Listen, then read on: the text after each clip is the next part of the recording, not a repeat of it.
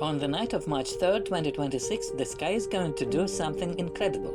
The full moon won't just be bright, it's going to vanish into shadow and reappear as a haunting deep crimson blood moon.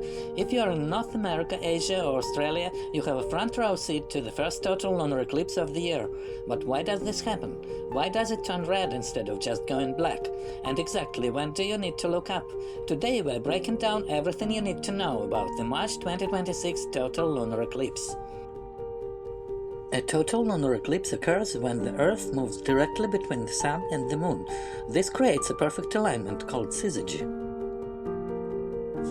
Earth casts a massive shadow into space. That shadow has two parts.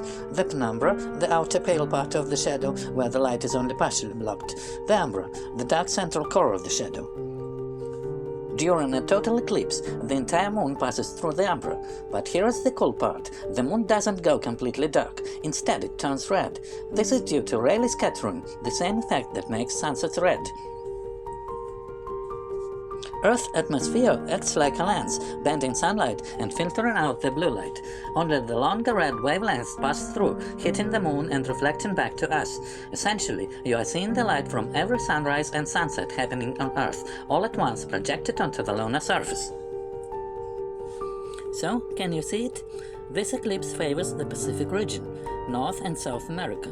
The eclipse happens in the early morning hours of March 3rd. For those on the east coast of the US, the moon will set while it's still eclipsed. On the west coast, you'll see the whole thing. Asia and Australia. You'll see the eclipse in the evening of March 3rd as the moon rises. Pacific Islands and Hawaii. You are in the sweet spot. The eclipse will happen directly overhead in the middle of the night.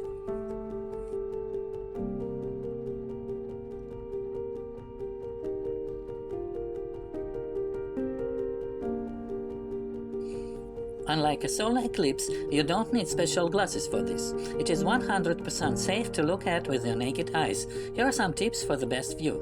Find a dark spot. While you can see it from a city, the colors look much more vivid away from streetlights. Use binoculars. You'll be able to see the Terminator line, the edge of Earth's shadow creeping across the lunar craters. Photography. If you are using a phone, use a tripod. Even a cheap one helps. Use night mode and lower the exposure so the moon doesn't look like a blurry white blob. If you have a DSLR, use a long lens. The March 2026 eclipse is a reminder of the clockwork precision of our solar system. It's a moment to pause, look up, and realize we're all riding on a planet through a very vast shadow. Mark your calendars for March 3rd, 2026. If you miss this one, the next total lunar eclipse won't happen until August 2026, so don't sleep through it. What's the weather forecast like where you are? Let me know in the comments where you will be watching from. If you found this guide helpful, hit that like button and subscribe for more space updates. Clear skies, everyone!